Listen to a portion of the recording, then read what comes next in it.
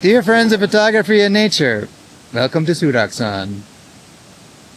Aujourd'hui, nous sommes la veille du jour où la vidéo précédente sort. Donc je sais pas exactement ce qu'on va se dire dans les commentaires, mais je peux vous dire qu'aujourd'hui, il a plu pas mal. Donc, on va aller voir 2 cascades, 3 cascades. Bon, 2 déjà, ça sera pas mal. Ah, j'ai hâte, parce que cet été a commencé vraiment avec beaucoup de chaleur et très peu d'eau. Donc le peu d'eau que l'on va pouvoir recevoir, il va falloir en faire bon usage.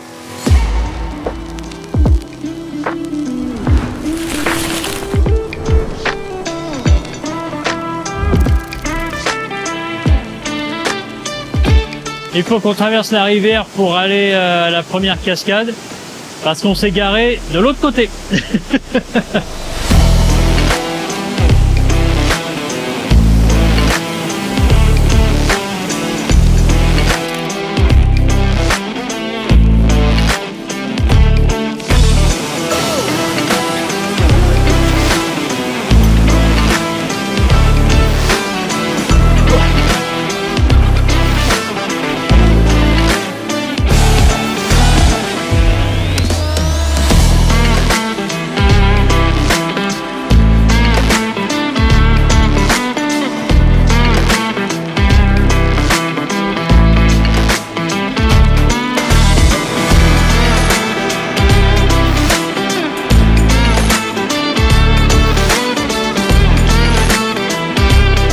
Franchement, le bassin devant, il donne super envie.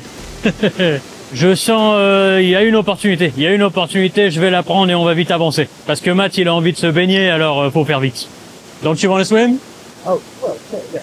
Je vais vous le faire rapidement, vous le savez, je mets toujours un filtre CPL. D'abord, ça me permet d'avoir un temps de pause moyennement long, entre 1/4 et 1/10 de seconde. Et surtout, ça tue le reflet sur les rochers qui font face au ciel, donc ça révèle la vraie couleur du rocher, donc ça l'assombrit, ça révèle la couleur, et c'est pareil pour les feuilles, ça me permet de voir leur vraie couleur, donc ça donne un côté plus, disons moins réaliste, mais on l'interprète comme étant plus réaliste quand on regarde la photo.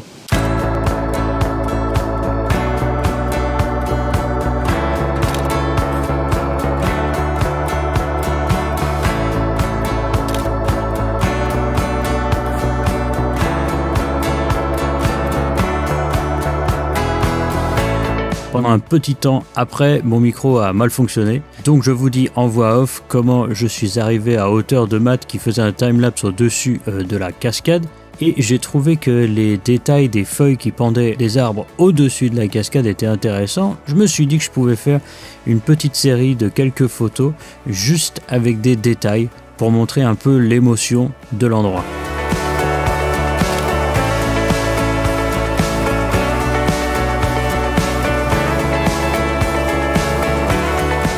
Nous avons ensuite avancé et nous avons découvert quelque chose de plutôt inattendu.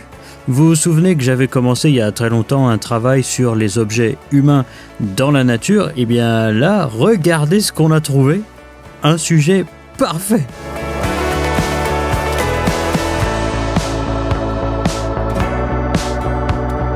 Bien sûr, nous ne pouvions pas le laisser là, alors Matt l'a enlevé. Et cet effort méritait bien une petite danse de la victoire.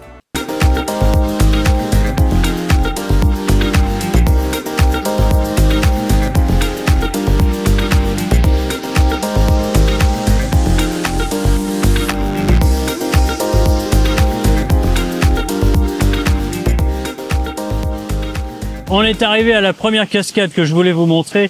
Ça va peut-être vous sembler bizarre, mais ça n'est pas du tout une grosse cascade. Ici sur ce chemin, il y en a des bien plus grosses que celle-là, mais j'adore la forme qu'elle a et surtout j'adore la texture du rocher depuis lequel elle tombe. Je trouve ça vraiment beau et elle est entourée d'une verdure assez dense, donc ça fait un peu féerique. Regardez ça.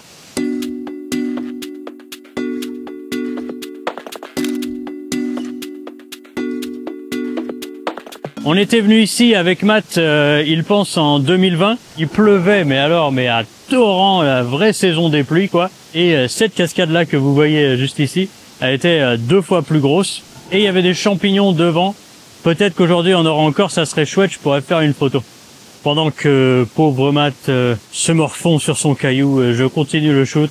Je viens de faire une photo, on va dire, introduction. Donc une vue d'ensemble pour la remettre dans son contexte. Et on va essayer d'aller un petit peu plus près maintenant.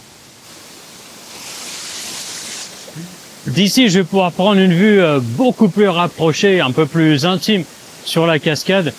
Et je pense que c'est super important quand vous prenez une photo de cascade, justement de prendre des plans plus d'ensemble, des plans plus rapprochés, voire des détails très très proches.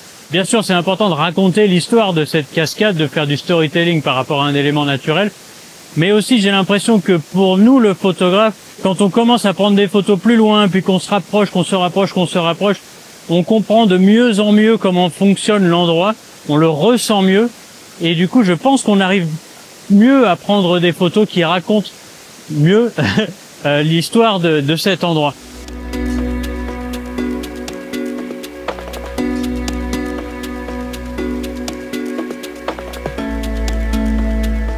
L'armée de moustiques, laisse tomber. Bon alors bien sûr, changer son matériel au-dessus d'une rivière, faut faire attention. J'ai déjà perdu quelques caches. Sur cette image-ci, j'ai mis mon grand angle, donc effectivement je peux avoir tout. Mais ce qui m'intéresse le plus, c'est de prendre la forme de la cascade, les déchets de l'hiver qui se sont accumulés dans les rochers de la rivière, et la texture assez incroyable du rocher depuis laquelle la cascade tombe. Et je dois me battre contre les moustiques, c'est infernal.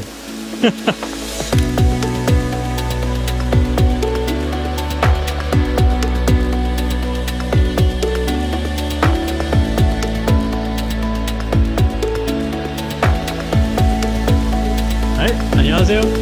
Malheureusement, j'ai essayé avec les fougères ici, mais elles bougent vraiment trop fort avec le vent de la cascade. Donc je vais essayer celles qui sont de ce côté-là. Elles bougeront peut-être moins.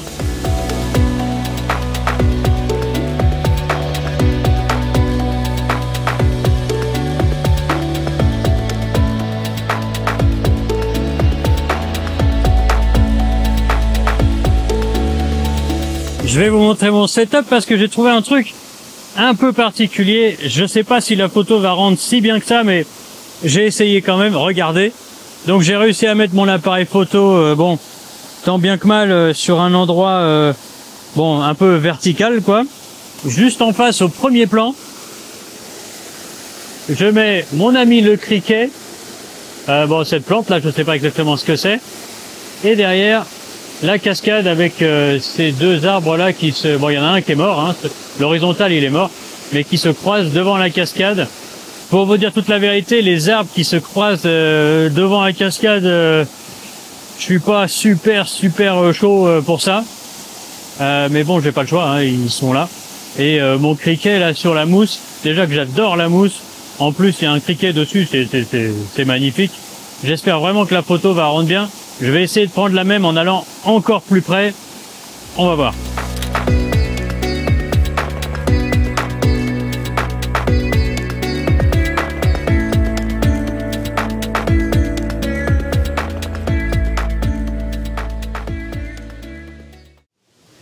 Matt est parti se baigner, je vais aller le retrouver, mais il est dans un coin, je sais pas où, et il m'a envoyé des photos pour pour que je me retrouve. Je pense que je suis sur le bon chemin, mais c'est très c'est très bien caché.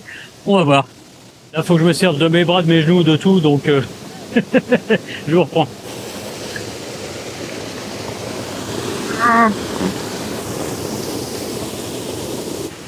Ah ouais, c'est un joli coin. Et il y a un rocher en forme de vague.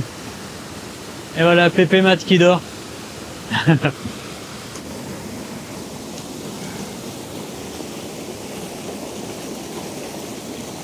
Ah, ici, on n'a pas le droit à l'erreur, hein, parce que c'est la trempette avec quelques petits bobos.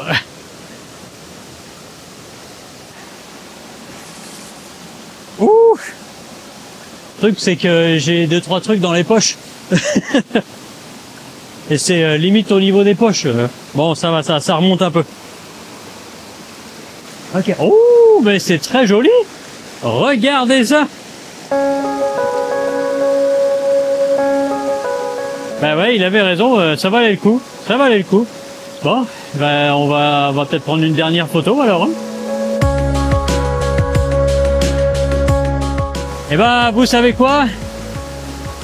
Il pleut. Ouais, bah ouais, c'est la saison des pluies, hein, grande surprise. Je vais essayer d'aller un peu plus bas dans le canyon, je sais pas si Matt pourra me filmer, pour essayer de zoomer un peu vers l'entrée de la cascade et essayer de pouvoir, comment dire, l'encadrer avec les deux gros rochers là, histoire de diriger le regard. Ok, bon, c'est très compliqué avec la pluie. Comme j'ai un filtre CPL plus grand que mon objectif, je peux pas mettre de pare-soleil, voilà. Comme l'écran est tout mouillé aussi, je vois pas trop ce que je suis en train de faire. Le but, c'est de faire un panorama, donc à un 3/1 ou quelque chose comme ça, histoire de bien mettre en avant la taille des rochers autour de la cascade qui est au fond. La seule chose que je peux vous dire, c'est que j'espère que ça va le faire, parce que là, avec les éléments comme ça, c'est difficile à maîtriser ce que je suis en train de faire là. Il y a tellement d'eau sur l'écran que je peux même pas savoir si la je suis mise au point, elle est bonne ou pas. Oh là là là là. Wow. Bon, c'est compliqué, c'est compliqué. Je vous montre la photo.